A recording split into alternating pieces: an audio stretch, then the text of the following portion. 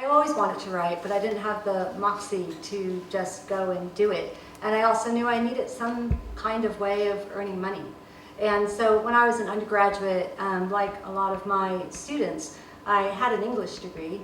I studied English, but I took the creative writing class module here and there. And, and I loved those. But I knew I had to get a job, so I volunteered for the student newspaper. And then I sort of fell in love with journalism itself, and that was after my BA. That's what I did for 6 years full time. But there's a moment when my partner at the time was, the New York Times, as you guys probably know, on Sunday is about that big, and there's about 80 sections. And he was pulling all the news sections, and I was pulling the book review section. And I thought, wait a minute, this is what I want to be doing.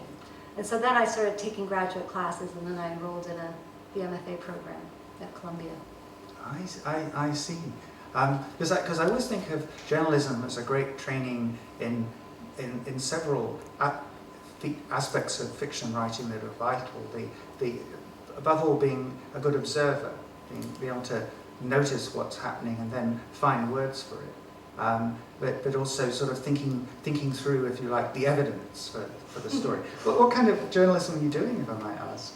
Oh, I was very much in those early years a local news reporter, working for medium-sized newspapers in Connecticut, which is where I grew up.